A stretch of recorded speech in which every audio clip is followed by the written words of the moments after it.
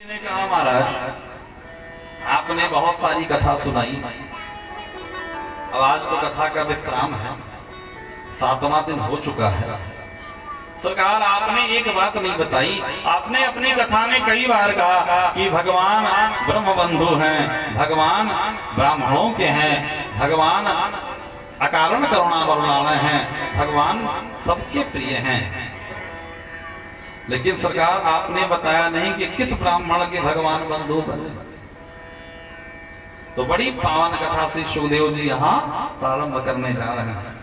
आपने कथा सुनी होगी, कई बार सुनी होगी, लेकिन ये जो चर्चा है, मैं चर्चा करने से पहले, कथा से पहले आपसे निवेदन कर दूं, ये चर्चा है कुछ और, लिखा कुछ और है, कहा कुछ और जाता है, सुना कुछ और जाता है, समझा कुछ और जाता है।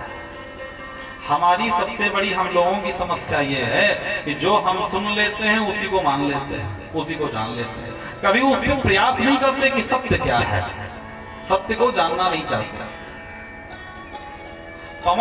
पावन से सुदामा जी का प्रस्तुत कर रहे हैं श्री सुखदेव जी। सुदामा जी के बारे में कहा कुछ और जाता है, सुना कुछ और जाता है, समझा कुछ और जाता है। यहाँ पे नाम सुदामा नहीं लिखा गया, फिर क्या लिखा गया?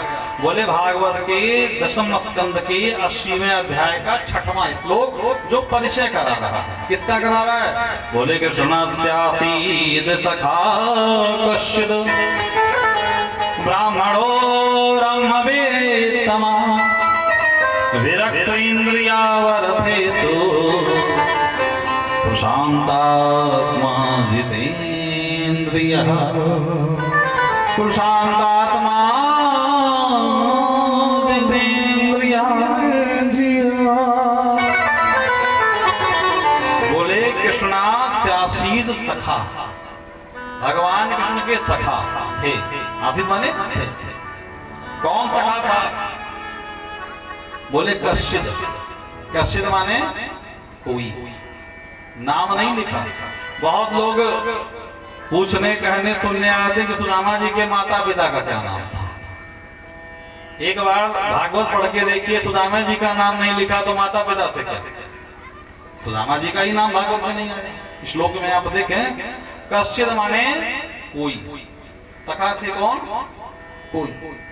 बोले अच्छा कोई सखा थे, फिर परिचय क्या होगा? बोले ब्राह्मण, ब्राह्मण थे। बोले अच्छा ब्राह्मण थे, तो बोले कलयुग में तो कोई भी ब्राह्मण हो सकता है, चंदन लगा ले, जनेऊ पहन ले, और बन ही गए ना जाने कितने। चंदन लगा ले, जनेऊ पहन ले, सिखा मान ले तो ब्राह्मण हो जाएगा? बोले नहीं, ब्रह्मविद्ता, ब्रह्म को जानने वाले थे।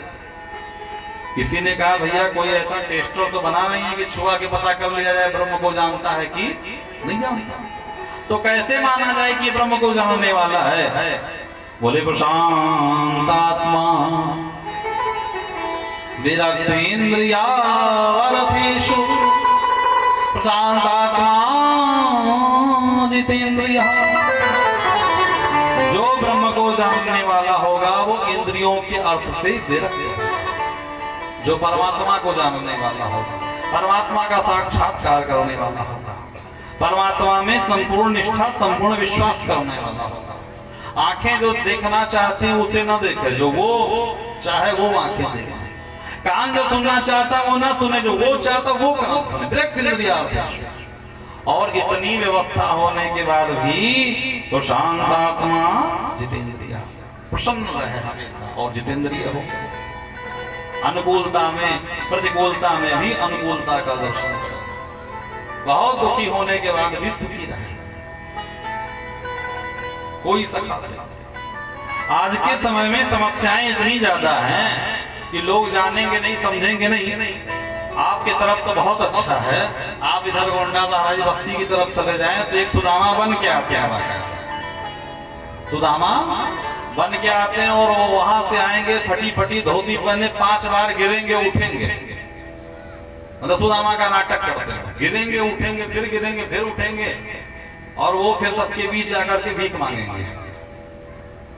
एक बार हमारी कथा थी, लोगों ने कहा, तुमने कहा भैया ऐसा है, इन लोगों को दूर करो पहले।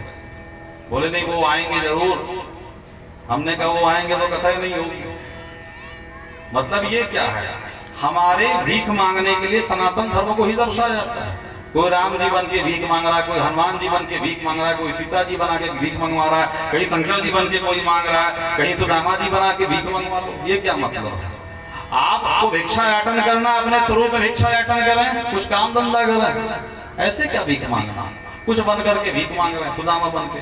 तो सुदामा जी जबरदस्ती वहां आ गए, बताएं आप। उन्होंने कहा हमारे बिना कथा हो जाएगी। तो हमने कहा आप साक्षात प्रकट हुए? बोले हाँ, भागवत में सुदामा नाम दिखा दो। बोले भागवत ले आओ। उन्होंने कहा ला कर दो इनको। खूब पलटे तो जो शुरू में लिखा है विषय में सुदामा चरित्र, बोले ये। हम कहे ये नहीं, श्लोक में दिखाओ। समझ में नहीं आया। फिर हमने कहा अपनी दक्षिणा लो, अपने रास्ते जाओ। लेकिन बाभन के धन केवल भिक्षा लिख दिया गया। क्या लिखा गया? बाभन के धन केवल भिक्षा, बाभन के धन केवल भिक्षा।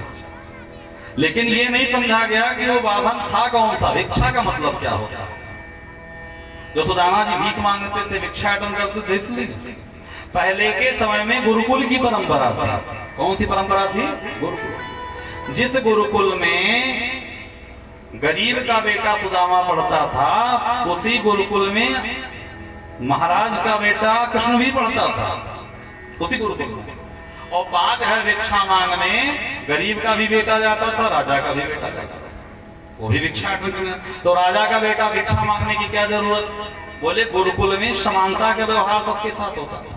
राजा का बेटा भिक्षा लेने इसलिए जाता था कि जिस घर जाकर के राजा का बेटा भिक्षा लेता था, उस घर को पहचान लेता था, उस घर के व्यक्ति को जान लेता था। ऐसा क्यों करता था? बोले कल को जब वो राजा बने और वो व्यक्ति उसके पास आवे अपनी समस्या लेकर के, तो उस समस्या का तुरंत निदान करे कि एक दिन मैं इनके घर भीख मांगने गया था, आज ये अपनी समस्या लेकर आए हैं, तो मैंने इनका अन्न खाया है, मुझे न्याय करना चाहिए, मुझे न्याय करना चाहिए। आज कितने कितने केस आप देखिए अदालत में पेंडिंग पड़े रहते, कोई देखने वाला नहीं, कोई जानने वाला नहीं। टैक्स पे टैक्स हम लोग पे कर रहे हैं, कोई समस्या का समाधान है कहीं पे? जो गुरुकुल की परंपरा, राजा का बेटा भी भीख मांगता था, गरीब का भी बेटा भीख मांगता था। सुदामा जी के बारे में बस इतना समझें आप कि सुदामा जी के मित्र कौन थे? द्वारिका। लेकिन अभी आगे आप सुनेंगे सुदामा जी ने अपनी पत्नी को ये नहीं कभी बताया था। जिसके मित्र दरोगा जी हो जाए ना, वो 5 फोटो गेट पे ही लगा लेता है खिंचवा के, मित्र दरोगा जी हैं, विधायक जी हैं, सांसद जी हैं। लेकिन सुदामा जी ने कभी किसी से चर्चा नहीं की थी। सुदामा जी केवल 5 घर जाते थे। कितने घर? 5 घर। अगर मिले तो भला और न मिले 6वें घर नहीं जाते थे। और ब्राह्मण कौन है? ब्राह्मण को कहा गया जगत गुरु। शास्त्रों में आया गुरु कौन है? बोले गुरु ब्रह्मा। गुरु कौन है? बोले ब्रह्मा। ब्रह्मा जी प्रकट हो गए, बोले हम गुरु नहीं बन पाएंगे। बोले तो गुरु ब्रह्मा, गुरु विष्णु, विष्णु जी गुरु। बोले हमारे अंदर भी गुरु बनने की क्षमता नहीं। बोले भोले बाबा तुम त्रिभुवन गुरु वेद रखाना, आप गुरु हो। भोले बाबा ने कहा हम त्रिभुवन के गुरु होंगे, लेकिन व्यक्ति विशेष से गुरु हम भी नहीं हो सकते। बोले तब? बोले न ब्रह्मा गुरु जी है, न विष्णु गुरु जी है, न शंकर गुरु जी है, तो गुरु कौन है? बोले गुरु ब्रह्मा, गुरु विष्णु, गुरु देवो महेश्वरा। बोले नहीं, गुरु साक्षात परब्रह्म, तस्मै श्री गुरुवे नमः। गुरु कौन है? बोले गुरु परब्रह्म है, गुरु परब्रह्म है। ब्राह्मण जगत गुरु होता है। मैं आपसे निवेदन करूं एक छोटी सी बात, आप सब जानते होंगे, प्रबुद्ध श्रोता है, सब पढ़े लिखे ही बैठे हैं। एक बार एक अंग्रेज विदेश से आया।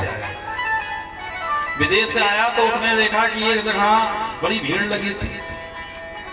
तो कौतूहल बस वो रुक गया और भीड़ के अंदर जाकर के देखने लगा हो क्या रहा है। तो 2 लोगों में बातचीत हो रही थी।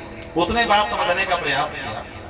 तो उसमें बात ये हो रही थी कि एक व्यक्ति ने अपना खेत बेच दिया था। क्या बेचा था? खेत। दूसरे व्यक्ति ने उस खेत को खरीद लिया था।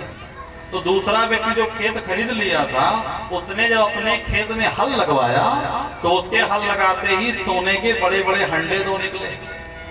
2 हंडा भर के सोना निकला।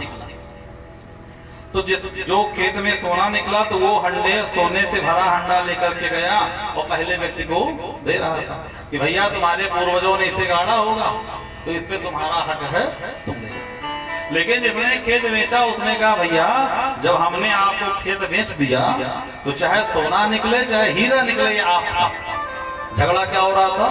बोले ये आपका, ये आपका ही हो रहा था। आज का समय होता था झगड़ा हो रहा था आपका आपका, तो ऐसा क्यों?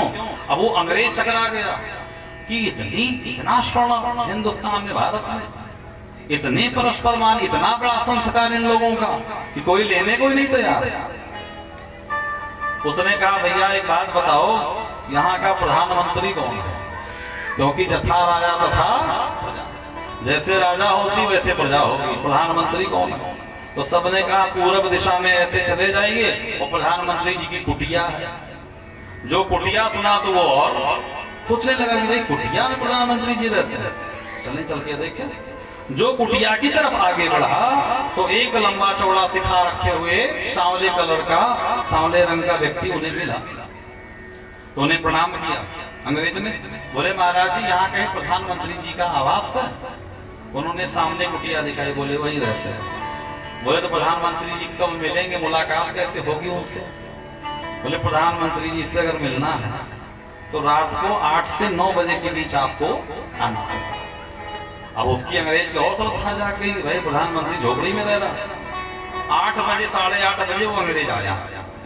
वो जब आया बेरोक टोक, कोई रोक टोक नहीं, कुटिया में प्रवेश किया। जो कुटिया में प्रवेश किया तो जो व्यक्ति सुबह मिला था वही व्यक्ति कुछ लिख रहा था किसी कागज पे।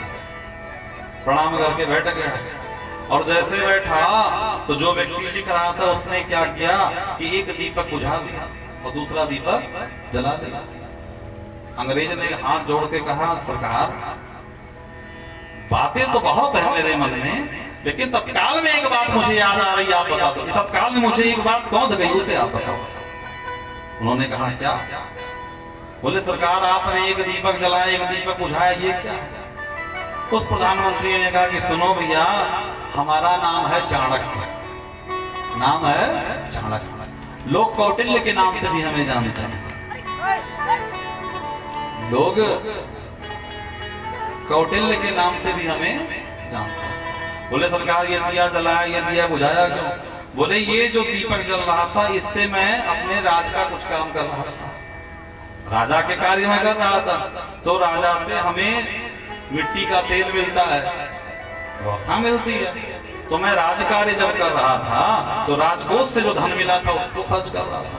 लेकिन अब आप आए हैं तो हमारी आपकी निजी वार्ता होगी, इसलिए जो मुझे वेतन मिलता है उस वेतन से मैंने ये तेल खरीदा है और ये दीपक जलाया, अब मैं आपसे बातचीत करूंगा। वो व्यक्ति चरणों पे गिर गया और कहा जय हो, ये है भारतवर्ष, ये है भारत की परंपरा। जहां का प्रधानमंत्री इतना ईमानदार है उस देश की क्या बात का, जहां का प्रधानमंत्री इतना ईमानदार। आप विचार करें कि हम उस भारतवर्ष के लोग हैं, वो ब्राह्मण हैं चाणक्य, लेकिन हमारे इतिहासकारों ने ना जाने क्या क्या पढ़ाया, क्या क्या महान कर दिया, क्या क्या छोड़ दिया, क्या क्या कर दिया।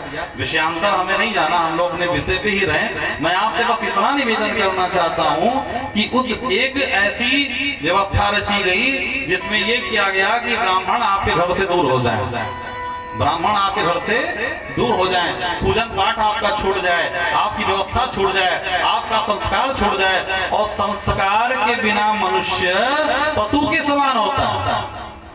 संस्कार नहीं है तो क्या होगा, पशु ही होगा ना। माँ सब के घर में मानो हम लोग हैं, हम सब के घर में मानव का जन्म होता है, लेकिन मैं निवेदन करूं कि मानवता का जन्म किसी किसी के घर में होता है, हर व्यक्ति के घर में नहीं होगा। मानवता का जन्म किसी किसी घर में होता है। संस्कार, वो संस्कार कौन दे सकता है? ब्राह्मण दे सकता है।